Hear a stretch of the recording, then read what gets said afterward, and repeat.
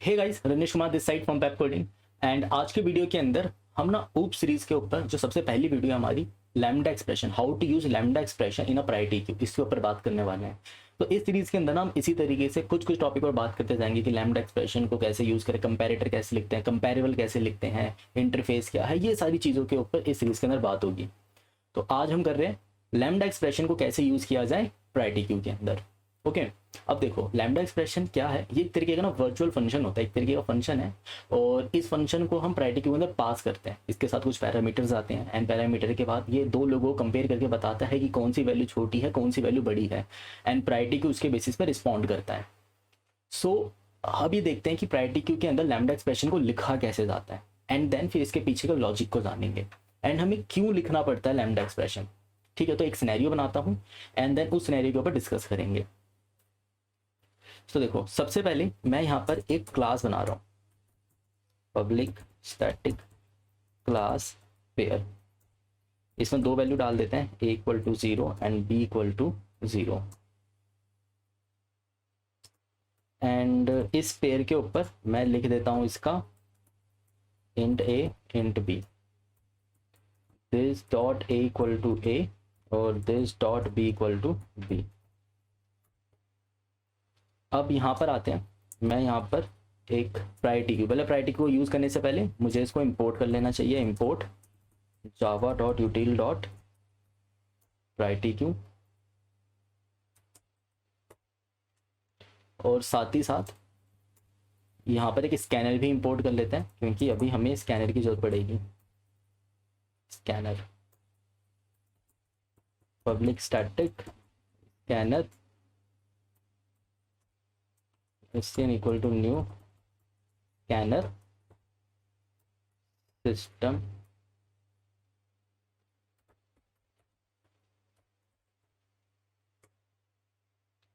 And एक priority queue बनाते हैं। Priority queue of what, pair P Q equal to new priority queue. अब देखो मैंने यहाँ पे प्रायोरिटी क्यू पेयर की बनाई। अब जो मेरे प्रिमिटिव डेटा टाइप होते हैं वो कौन से होते हैं? मेरे पास जो प्रिमिटिव डेटा टाइप्स हैं वो है मेरे पास इंटीजर, लॉन्ग, स्ट्रिंग भी प्रिमिटिव के अंदर आता है, स्ट्रिंग, ये सब मेरे प्रिमिटिव डेटा टाइप हो गए। यानी कि इन लोगों को कंपेयर करने का लॉजिक प्रायोरिटी को पहले से ही जानता है, उसको पता है कि इन चीज़ों को कंपेयर कैसे किया जाए। करेक्टर भी इसके अंदर ही आता है, तो इन सबको इंक्लूड करने का प्रायोरिटी को सब लॉजिक पता है कि अगर कभी करेक्टर आ जाए तो कैसे कंपेयर करो। इंटीजर के अंदर 10 और 12 के अंदर कौन सी वैल्यू छोटी है, कौन सी वैल्यू बड़ी है, बहुत अच्छे से जानता है। बट अगर मैं क्लास बना दूँ, क्योंकि क्लास तो मैंने बनाया है, इसको मैं बनाने वाला पर्सन हूँ, तो मेरा प्रायोरिटी को नहीं जानता है कि क्लास के अंदर क्या रखा हुआ है। तो मैंने यहाँ पे दो वैल्यू डाली a कॉमा b, यानी कि मैंने मान लेते हैं 2 और 3 डाल दिया, इधर 4 और 5 डाल दिया। अब वो क्लास में किसके बेसिस पे कंपेयर करें? क्या वो यहाँ पे डाल दी वैल्यू हमने 5 और 3। अब वो a को किसके साथ कंपेयर करें? 4 कॉमा 3। तो वैल्यू यहाँ पर इस ऑर्डर में रखी गई है। तो क्या वो पेयर a p1 और p2, पेयर 1 के a को कंपेयर करे पेयर 2 के a के साथ, या फिर पेयर 1 के b को कंपेयर करे पेयर 2 के b के साथ? इसमें बहुत सारे ऑप्शन बन सकते हैं ना, कि पेयर 1 और पेयर 2 में हम a को कंपेयर कर लें, a b को कंपेयर कर लें, या फिर मैं पेयर 1 के a को b के साथ कंपेयर करूं, या पेयर 1 के b को पेयर 2 के a के साथ कंपेयर करूं। तो मेरे पास ऑप्शन बहुत सारे हो गए। अब इन चारों में से कौन सा कंपैरिजन रखना है? इसी तरीके से अगर इसके अंदर 3 आर्गुमेंट्स हो जाते तो और ज़्यादा ऑप्शन बन जाते। तो आपको लॉजिक बताना पड़ेगा। प्रायोरिटी को ये चीज़ नहीं जानता है कि किस तरीके से कंपैरिजन करना है और कौन से डेटा को कौन से डेटा के साथ कंपेयर करना है, तो मुझे इसे लॉजिक बताना पड़ेगा। तो लॉजिक बताने का एक तरीका होता है लैम्डा एक्सप्रेशन। लैम्डा एक्सप्रेशन इस चीज़ को बहुत ईजिली एक्सप्लेन कर पाता है। तो लैम्डा एक्सप्रेशन में एक चीज़ होती है, हम इस तरीके से लिखते हैं लैम्डा एक्सप्रेशन, एक ब्रैकेट लगाते हैं और यहाँ पे लिखते हैं a कॉमा b, और ये एक करली ब्रैकेट। तो जरूरी नहीं है कि a कॉमा बी और नाम बिल्कुल सेम हो, आप यहाँ पे ऐसे लिख लो v1 v2, नहीं तो कंफ्यूजन ज़्यादा हो जाएगी। v1 v2 रख लेते हैं नाम, here इज v1 v2, यहाँ पे v1, यहाँ पे v1 v2 v2। अब देखो मेरे पास ए और बी, तो ए और बी क्या है, यहाँ पे एटलीस्ट दो लोगों की रिक्वायरमेंट होती है। अगर मैं कभी कंपैरिजन करना चाहता हूँ, अगर मैं कभी भी दो लोगों के बीच में कंपैरिजन करना चाहता हूँ, तो मुझे मिनिमम दो लोगों की रिक्वायरमेंट है उन दोनों के बीच में कंपैरिजन करने के लिए। तो यहाँ पे कंपैरिजन होता कैसे है, जावा ना कंपैरिजन करता है इंटीजर के बेसिस पर। जावा ऐसे कंपेयर करता है कि अगर आपको नेगेटिव वैल्यू मिलती है और पॉजिटिव मिलती है और जीरो मिलता है। नेगेटिव का मतलब क्या होता है कि वैल्यू है छोटी, पॉजिटिव का मतलब क्या है, वैल्यू है बड़ी, और जीरो का मतलब क्या है, वैल्यू है इक्वल। तो तीन तरीके से डिसाइड करता है कि अगर मेरा रिजल्ट नेगेटिव आया तो इसका मतलब मेरी वैल्यू छोटी है, अगर पॉजिटिव आया तो मेरी वैल्यू बड़ी है, और जीरो आया तो मेरी वैल्यू इक्वल है। अब यहाँ पे दो लोगों के बीच में कंपैरिजन हो रहा है, एक वैल्यू है ए और एक वैल्यू है बी। तो जावा क्या करेगा, अब यहाँ पे भी हमें एक चीज फिक्स करना होगा कि हम कब किसकी बात करेंगे। नेगेटिव आया तो मैं ए और बी में किसको छोटा मानूं और किसको बड़ा मानूं, क्या मैं ए वाले को छोटा मानूं या बी वाले को छोटा मानूं। अगर पॉजिटिव आता है तो मैं किसको बड़ा मानूं, ए को बड़ा मानूं या बी को बड़ा मानूं। तो यहाँ पे एक स्टैंडर्ड फिक्स कर लेते हैं, वो स्टैंडर्ड ये है हमारा कि हम हमेशा ए की बात किया करेंगे और हमेशा ए की ही बात की जाती है। तो जो आपका सबसे पहला आर्गुमेंट होता है ना, आप हमेशा उसके बारे में ही बात करोगे, मतलब हमेशा फर्स्ट आर्गुमेंट का डिसीजन होगा सेकंड आर्गुमेंट के कंपैरिजन में। तो फर्स्ट आर्गुमेंट डिसाइड करेगा कि वो उसकी वैल्यू छोटी है बड़ी है, किसके रिस्पेक्ट में, बी के रिस्पेक्ट में। तो बी के रिस्पेक्ट में वो वैल्यू छोटी है, बी के रिस्पेक्ट में वैल्यू बड़ी है, या बी के रिस्पेक्ट में दोनों इक्वल है। तो हम इसी चीज़ के ऊपर कंपैरिजन करेंगे। और हम जब यहाँ से डेटा रिटर्न करेंगे ना, तो डेटा रिटर्न क्या करेंगे, या तो कोई नेगेटिव वैल्यू रिटर्न कर देंगे, या कोई पॉजिटिव वैल्यू रिटर्न कर देंगे, या फिर एक वैल्यू जीरो रिटर्न कर देंगे। उसको सिर्फ इससे मतलब है कि नेगेटिव, पॉजिटिव और जीरो। इस बात से कोई मतलब नहीं है कि कोई नेगेटिव वैल्यू कितनी नेगेटिव है। अगर मान लो मैं इसको -10 रिटर्न करता हूँ, अगर ये ए और बी के बीच में कंपेरिजन करके मैंने -10 रिटर्न करा और -1 रिटर्न करा, इन दोनों का मतलब ही सेम है, क्योंकि ये भी नेगेटिव है और ये भी नेगेटिव है। तो क्या बोलेगा कि वैल्यू ए जो है ना, जो ए फर्स्ट आर्गुमेंट ए है, वो सेकंड आर्गुमेंट के रिस्पेक्ट में छोटा है, चाहे -10 मिले चाहे इसे 1 मिले। तो एक्चुअल में ये क्या है, ये लैम्डा एक्सप्रेशन की एक्सपेक्टेशन क्या होती है, इस लैम्डा एक्सप्रेशन की एक्सपेक्टेशन है यहाँ से कुछ रिटर्न करवाना। हम यहाँ से रिटर्न क्या करेंगे, हम यहाँ से रिटर्न करेंगे या तो -1, या तो -1, या फिर +1, या फिर 0। आप कुछ भी रिटर्न कर सकते हो, -10 भी रिटर्न कर सकते हो, +10 भी रिटर्न कर सकते हो, 0 भी रिटर्न कर सकते हो, या फिर आप +100 रिटर्न कर लो, -100 रिटर्न कर लो। इस बात से कोई फर्क नहीं पड़ता कि नेगेटिव में कितनी नेगेटिव वैल्यू रिटर्न कर रहे हो या पॉजिटिव में कितना पॉजिटिव वैल्यू रिटर्न कर रहे हो। सिर्फ मैटर ये करेगा आपके लिए कि जो वैल्यू आपने रिटर्न करी है ना, वो नेगेटिव है, पॉजिटिव है या 0। बस नेगेटिव मीन्स छोटा, पॉजिटिव मीन्स बड़ा, और 0 मतलब इक्वल। चलो ठीक है, अब ये तो डिसाइड हो गया। अब ए और बी में कंपैरिजन जब भी किया जाएगा तो हमेशा ए के बारे में सोचना है आपको। तो you have to always think about a, कि ए बी के रिस्पेक्ट में छोटी वैल्यू है, बड़ी वैल्यू है, या इक्वल है। तो हमेशा ए का डिसीजन होने वाला है। अब देखो लैम्डा एक्सप्रेशन और प्रायोरिटी की बात करते हैं। अब जो लैम्डा एक्सप्रेशन है ना, अब लैम्डा एक्सप्रेशन डिसाइड कैसे करता है ये देखते हैं। तो सबसे पहले मैं यहाँ पे लिखता हूँ लैम्डा एक्सप्रेशन। लैम्डा एक्सप्रेशन में मान लेते हैं कि ए बी से बड़ा है और एक सिनेरियो जब ए बी से छोटा है, ठीक है। और फर्स्ट आर्गुमेंट कौन है मेरा, यहाँ पर मेरा फर्स्ट आर्गुमेंट इज ए और सेकंड आर्गुमेंट है मेरे पास हमेशा बी। तो ये सिनेरियो है कि फर्स्ट आर्गुमेंट मैंने ए पास किया है और सेकंड आर्गुमेंट बी पास किया है। ए की वैल्यू बड़ी है और ए की वैल्यू छोटी है। अगर मैं यहाँ पे ऐसी कुछ लाइन लिखता हूँ a माइनस बी, और यहाँ पे भी a माइनस बी लिखता हूँ, तो होगा क्या, a माइनस बी लिखने पर यहाँ से जो आंसर आएगा वो आएगा पॉजिटिव, और यहाँ से जो आंसर आएगा वो आएगा नेगेटिव। अगर इसको वैल्यू पॉजिटिव मिली तो ये आगे लैम्डा फंक्शन यहाँ से जो वैल्यू रिटर्न करेगा, देखो यहाँ से इसने पॉजिटिव वैल्यू रिटर्न करी, तो ये क्या बताना चाहता है, ये बताना चाहता है कि a की वैल्यू बड़ी है b के रिस्पेक्ट में, और नेगेटिव वैल्यू रिटर्न करी, इसका मतलब बताना चाहता है कि a छोटा है b के रिस्पेक्ट में। इसने ये इन्फॉर्मेशन यहाँ से बता दी। अब लैम्डा एक्सप्रेशन की ये इन्फॉर्मेशन जब पहुंचेगी प्रायोरिटी क्यू के पास, अब ये इन्फॉर्मेशन पहुंचती है प्रायोरिटी क्यू के पास, तो यहां पर है मेरे पास प्रायोरिटी क्यू, ठीक है। तो प्रायोरिटी क्यू के पास इन्फॉर्मेशन भेजी। अब प्रायोरिटी क्यू किस टाइप का होता है, मेन टाइप का प्रायोरिटी क्यू होता है। तो आपको हमेशा ना डिफॉल्ट बिहेवियर के रिस्पेक्ट में ही कंपैरिजन करना होता है। अब देखो प्रायोरिटी क्यू को इन्फॉर्मेशन मिली कि भाई ए की वैल्यू बड़ी है बी के रिस्पेक्ट में, क्योंकि प्रायोरिटी क्यू ने दो लोग भेजे थे इसके पास। कौन से दो लोग, एक इसने भेजा था ए, एक इसने भेजा था बी, मतलब वैल्यू 1 वैल्यू 2 इसने इन्फॉर्मेशन भेजी। वैल्यू 1 बन गया इसका आर्गुमेंट फर्स्ट और वैल्यू 2 बन गया इसके लिए आर्गुमेंट सेकंड। तो इसको पता लगा जो मैंने आर्गुमेंट 1 भेजा है, मतलब कि प्रायोरिटी क्यू ने एक्चुअल में इन्फॉर्मेशन क्या भेजी, ए कॉमा बी, ये इसने पास करी थी लैम्डा एक्सप्रेशन को, ये इसने लैम्डा एक्सप्रेशन को पास करा। तो प्रायोरिटी क्यू के अंदर मतलब यहाँ पे इसको समझते हैं कि इसने करा क्या एक्चुअल में। प्रायोरिटी क्यू दो आर्गुमेंट पास करता है, ए कॉमा बी, किसको, लैम्डा एक्सप्रेशन को। और ये लैम्डा एक्सप्रेशन क्या बताता है, यहाँ से तीन टाइप का डेटा रिटर्न करता है, ये नेगेटिव, पॉजिटिव और जीरो।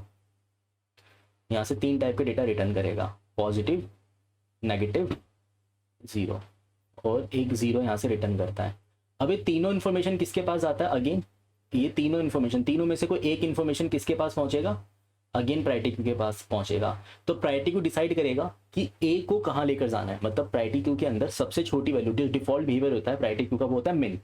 तो मिन बिहेवियर के हिसाब से जो सबसे छोटी वैल्यू होगी वो उसको ऊपर की ओर ले जाने की कोशिश करेगा, और जो बड़ी वैल्यू होगी उसको नीचे की ओर ले जाने की कोशिश करेगा। ठीक है, तो हमेशा हम ए के बारे में ही सोचेंगे, नहीं तो बहुत ज़्यादा कॉम्प्लेक्स हो जाएगी वाली चीज़।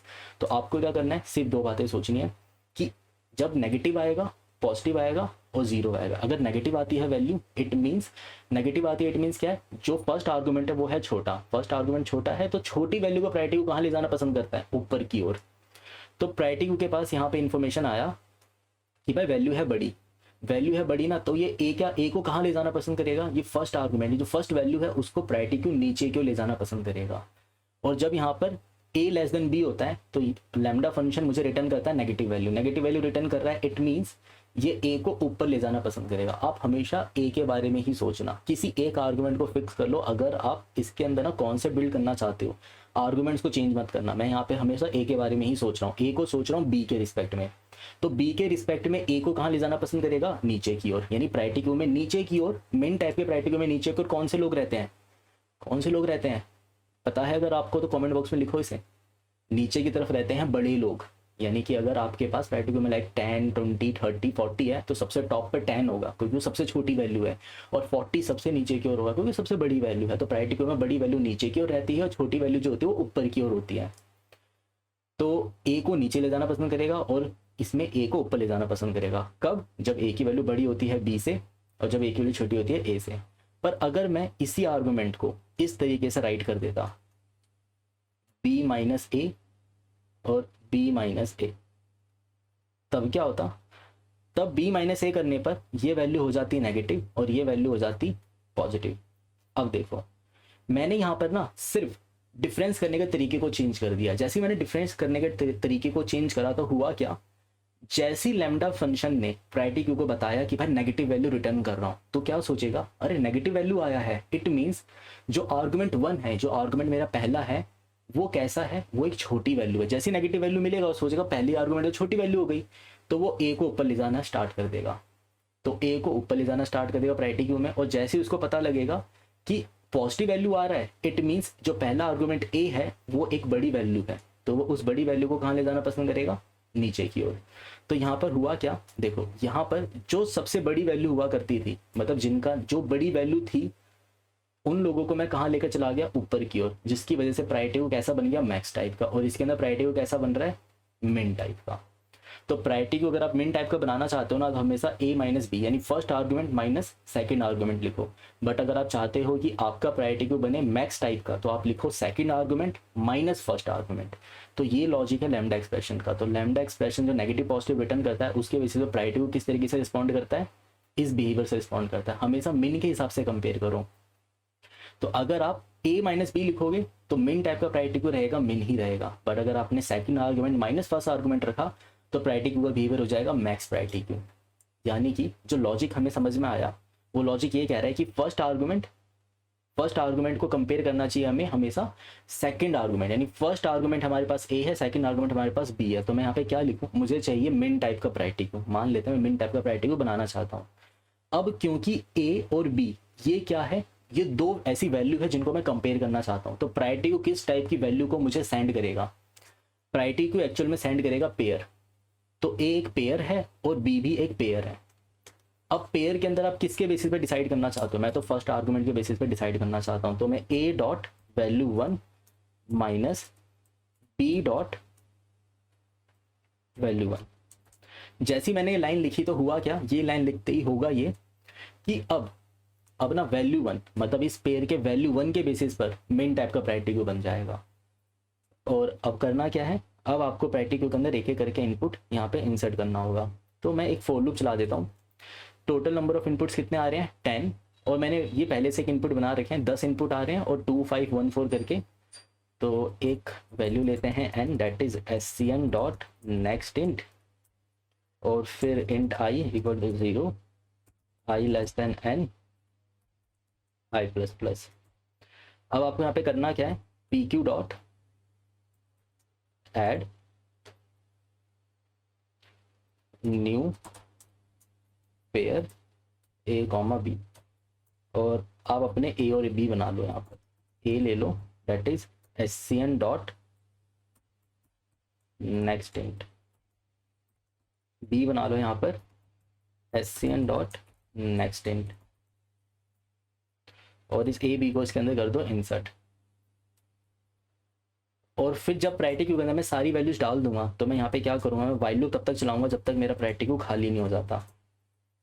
तो पी क्यू डॉट साइज जब तक नॉट इक्वल टू 0 ना हो जाए तब तक आप इसको रन करते रहो।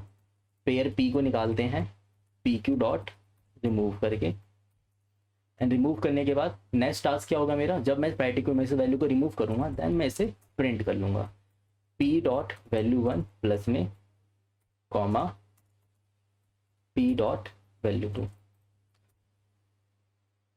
और फिर टेस्ट 1 को कॉल कर लेते हैं।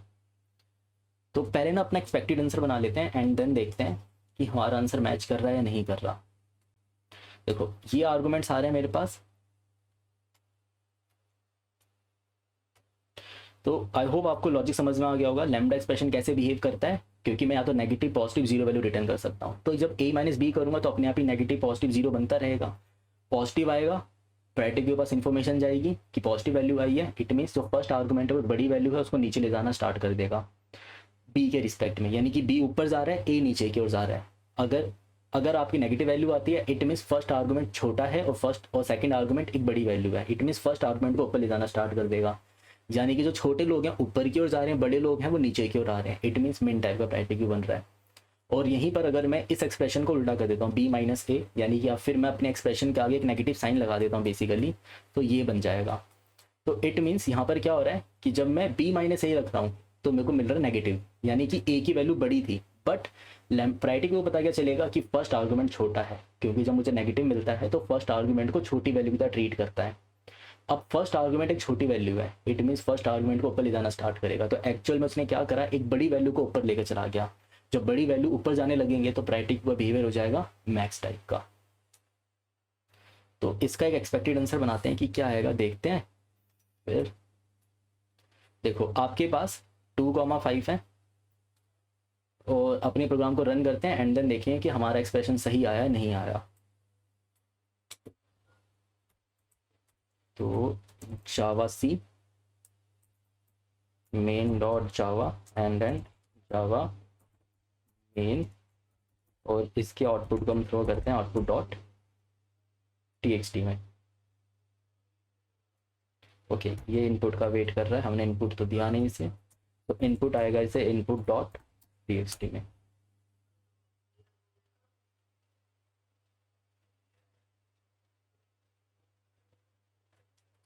ओके इसकी स्पेलिंग गलत है,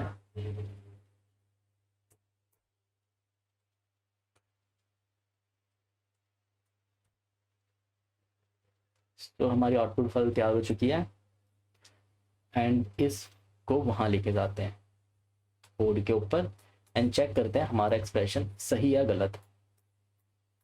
देखो मेन टाइप का प्रायोरिटी क्यू बनाया था हमने नेचर में, ये था मेरा डेटा सेट, और ये है मेन टाइप का priority Q on the basis of value 1। देखो सबसे छोटी वैल्यू -8, उससे बड़ी वैल्यू सबसे छोटी वैल्यू -8, तो ये सबसे टॉप पर आया। एंड देन उससे छोटी वैल्यू है यहाँ पर 1, फिर एक और 1 है यहाँ पर 16, दोनों वैल्यू यहाँ पर आ गई। अब आप यहाँ पे ना अपने हिसाब से लॉजिक लिख सकते हो, आप चाहो तो ना, अगर आपको मैक्स टाइप का प्रायोरिटी क्यू बनाना है, अगर आप चाहते हो कि भाई मैक्स टाइप का प्रायोरिटी क्यू बन जाए, तो आपको करना क्या, इस लॉजिक को चेंज कर देना है बस, b of a b minus a कर दो, होगा क्या अब बनेगा मैक्स टाइप का प्रायोरिटी क्यू। तो अब मैं इसे रन करता हूँ एंड आउटपुट को देखता हूँ, तो मेरा प्रायोरिटी क्यू कैसा बना है इस बार मैक्स टाइप का।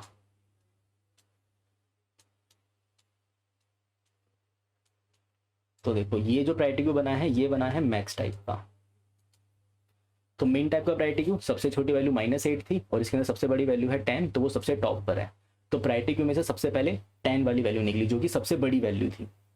तो ये मैक्स टाइप का प्रायोरिटी क्यू होगा V1 के बेसिस पर। जरूरी नहीं है कि हर बार आप V1 के बेसिस पर ही कंपैरिजन करो, आप चाहो तो अपना लॉजिक ऐसे भी लिख सकते हो कि यार अगर दोनों वैल्यू सेम हो जाती है ना तो आप पहले किसको बाहर निकालो। अगर दोनों वैल्यू सेम हो जाती है तो मैं चाहता हूँ कि पहले वो वैल्यू बाहर निकले जिसके अंदर V2 की वैल्यू बड़ी है, यानी कि कंपेरिजन का लॉजिक मैं ये लगाना चाहता हूँ।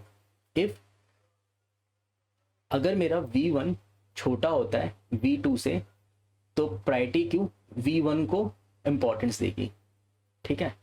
इफ V1 इक्वल टू, अगर दो डेटा है मतलब मेरे पास दो पेयर है लाइक A1 B1 और एक तरफ है A2 B2, ठीक। तो लॉजिक मेरे को ये चाहिए कि अगर A1 is smaller than A2 then priority को किसको इंपॉर्टेंस देगा, किसको प्रायोरिटी देगा, A1 को। But if A1 is equal to A2, इस सिनेरियो में क्या होगा, प्रायोरिटी को किसको इंपॉर्टेंस देगा, अगर A1 A2 के बराबर है और उस टाइम पर अगर B1 की वैल्यू B2 से छोटी है तो मैं चाहता हूं कि प्रायोरिटी को किसको बाहर निकाले, B2 को पहले बाहर निकाल दे। और अगर A1 A2 दोनों इक्वल हैं और B1 B2 दोनों इक्वल है देन आप कोई भी बाहर निकाल सकते हो। तो इट्स टोटली डिपेंडेंट, आप चाहो तो A1 वाली वैल्यू पहले बाहर निकाल लो /A2, दोनों में से जो भी वैल्यू आपको ठीक लगे आप वो बाहर निकाल सकते हो। मैटर तो करता है नहीं, दोनों ही डेटा बिल्कुल सेम है। तो ये सिनेरियो इतना इंपॉर्टेंट है नहीं, इससे तो कोई फर्क पड़ेगा नहीं, कोई भी पहले बाहर निकल जाए डजेंट मैटर। बट अगर A1 A2 से छोटा है it means priority queue A1 को इंपॉर्टेंस देगा मेन टाइप का प्रायोरिटी क्यू बनाने के लिए। बट अगर A1 A2 दोनों ही बराबर हैं देन B1 B2 में क्या चाहता हूं मैं कि अगर B1 अगर दोनों इक्वल हो जाते हैं देन B1 B2 में सबसे पहले वो वैल्यू बाहर आए प्रायोरिटी क्यू में से जिसकी प्रायोरिटी मतलब जिसकी वैल्यू ज़्यादा है, जिसकी वैल्यू बड़ी है वो पहले बाहर आ जाए। इट मीन्स हम यहाँ पे कुछ ऐसा प्रायोरिटी क्यू लिखना चाहते हैं। मुझे बनाना है मेन टाइप का प्रायोरिटी क्यू, वो भी कब, जब दोनों डेटा अनइक्वल है। तो यहाँ पे आप इफ लगाओ, if A dot V1 is not equal to A dot B dot V1। अगर वैल्यू 1 दोनों के अंदर इक्वल नहीं है तो आप ये लॉजिक लिख सकते हो। बट अगर दोनों के अंदर डेटा इक्वल हो जाता है तो इस सिनेरियो में आप रिटर्न क्या करोगे, इस सिनेरियो पे मैं चाहता हूँ कि वो मैक्स प्रायोरिटी की तरह बिहेव करे। अगर A और B, अगर मेरा V1 और V2 वाली वैल्यू जैसे कि V1 V2 वाली वैल्यू और यहाँ पे V1, इस लॉजिक को आप ऐसे देखो कि अगर V1 V2 A का और इधर V1 V2 B का, तो अगर A डॉट V1 छोटा हो जाता है B डॉट V1 से तो प्रायोरिटी क्यू इंपॉर्टेंस देगा A डॉट V1 को। बट अगर A1 B1 इक्वल हो जाता है B डॉट V1 के तो मैं चाहता हूं इस सिनेरियो में, और अगर A dot V2 is smaller then B dot V2 तो इस सिनेरियो में प्रायोरिटी भी इंपॉर्टेंस देगा किसे, B डॉट V2 वाले को, इस वाले को इंपॉर्टेंस दे दें। मतलब उस पेयर को बाहर निकाले जिसके अंदर जब दोनों वैल्यू सेम है तो उस पेयर को बाहर निकाला जाए जिसका सेकंड आर्गुमेंट यानी जिसकी सेकंड वैल्यू सबसे बड़ी है। इट मीन्स हम यहाँ पे लॉजिक क्या लिखेंगे, B dot V2 minus A dot V1। तो हमने यहाँ पे लॉजिक क्या लगा दिया, रिवर्स लॉजिक लगा दिया। जो हमने लॉजिक अभी डिस्कस किया था उसी लॉजिक का रिवर्स ऑर्डर लगा दिया कि अब हमें चाहिए मैक्स टाइप का प्रायोरिटी क्यू। तो मैक्स प्रायोरिटी क्यू बनाने के लिए क्या लॉजिक लिखना पड़ता है, second argument minus first argument, हमें ये लॉजिक लिखना होता है। मेन टाइप का प्रायोरिटी क्यू बनाने के लिए first argument minus second argument, और मैक्स टाइप का प्रायोरिटी क्यू बनाने के लिए second argument minus first argument. तो यहाँ पे लिख दिया second argument minus first argument. अब इसको दोबारा रन करते हैं, डेटा सेट बिल्कुल सेम, और ये हमारा आया कस्टम जो हमने अपने अकॉर्डिंग लिखा है।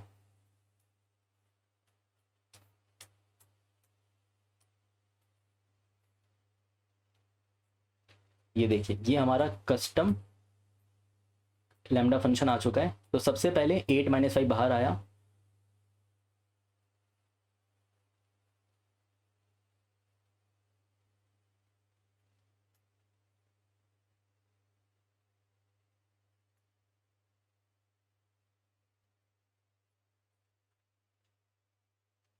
एक बार दोबारा रन कर लेते हैं इसे। अच्छा, यहाँ पे लॉजिक गलत था, B dot V two minus A dot V two होगा। एक बार दोबारा रन करते हैं, आउटपुट हमारा अलग आएगा। अब सही आउटपुट है। इसे भी हटाते हैं, इसे भी हटाते हैं, और अब आप इसे कंपेयर करके देखो। देखो, जब मेरा फर्स्ट आर्गुमेंट यानी फर्स्ट वैल्यू जब मेरी सेम हो जाती है, तो मैं चाहता था कि सेकंड वैल्यू के बेसिस पर वो पेयर पहले बाहर आए जिसका डेटा बड़ा था। तो पहले 6 वाला बाहर आया एंड देन 4 वाला बाहर आया। इसी तरीके से जब इन टू में इन तीन पेयर्स के अंदर फर्स्ट आर्गुमेंट यानी फर्स्ट डेटा यानी v1 मेरा तीनों के अंदर सेम है, तो मैं किसके बेसिस पे डिसाइड करूंगा? अब मैं सेकंड वैल्यू के बेसिस पे डिसाइड करूंगा। जब v1 और v2 में जब v1 सबका सेम हो जाएगा तो आप डिसाइड करोगे v2 के बेसिस पर। अब v2 में जिसकी वैल्यू सबसे बड़ी वो पहले बाहर आएगा। तो पहले 10 बाहर आया, देन 5, देन 3, फिर 4 तो बिल्कुल सेम रहा। 8 के अंदर भी सबसे पहले कौन बाहर आएगा? जिसकी वैल्यू सबसे बड़ी है। एंड 10 के अंदर पहले 10 तो अकेला ही एलिमेंट है। तो इस तरीके से आप अपने प्रायोरिटी को लिख सकते हो। बस आपको एक ही लॉजिक ध्यान में रखना है। वो लॉजिक क्या है? वो लॉजिक सिंपल सा कि लैम्डा एक्सप्रेशन किस तरीके से डिसाइड करता है। लैम्डा एक्सप्रेशन सिर्फ एक ही टाइप की वैल्यू रिटर्न करेगा, नेगेटिव या पॉजिटिव। अगर नेगेटिव रिटर्न कर रहा है तो फर्स्ट आर्गुमेंट छोटा है, पॉजिटिव वैल्यू रिटर्न कर रहा है इट मीन्स फर्स्ट आर्गुमेंट बड़ा है। अगर आपने b माइनस ए कर दिया, second argument minus first argument कर दोगे तो आपका लॉजिक रिवर्स हो जाता है। तो ये वाला जो टेबल है ना, इसको ध्यान से समझ लो, इसी से आप प्रायोरिटी को ईजिली लिख पाओगे। मैं आपको एक टेस्ट और करके दिखाता हूँ, उसके अंदर भी काफ़ी हेल्पफुल रहेगी वाली चीज़। अगर हम टेस्ट 2 करें, एक पब्लिक स्टैटिक वॉइड टेस्ट 2, जरूरी नहीं है कि आपको हर बार पेयर ही बनाना पड़े। आप ना 2 साइज का एक एरे भी बना सकते हो। देखो, मैं यहाँ पे ना एक एरे बनाता हूँ, 2 साइज का एरे। फर्स्ट में v1 डाल रहा हूँ, सेकंड में v2 डाल रहा हूँ। तो आज भी मेरे पास a भी आएगा, पर क्योंकि अब ये क्या है, एक तरीके का एरे है, तो एरे के अंदर आपके पास 0th इंडेक्स पे वैल्यू 1 पड़ी है, फर्स्ट इंडेक्स पे वैल्यू 2 पड़ी है। मैं चाहता हूँ मेन टाइप का प्रायोरिटी को बनाना फर्स्ट इंडेक्स के बेसिस पर। तो मुझे क्या लिखना पड़ेगा? a of 0 minus b of 0। बस ये इंफॉर्मेशन यहाँ पे राइट करी है हमने। अब मैं यहाँ पे अपना n बनाता हूँ।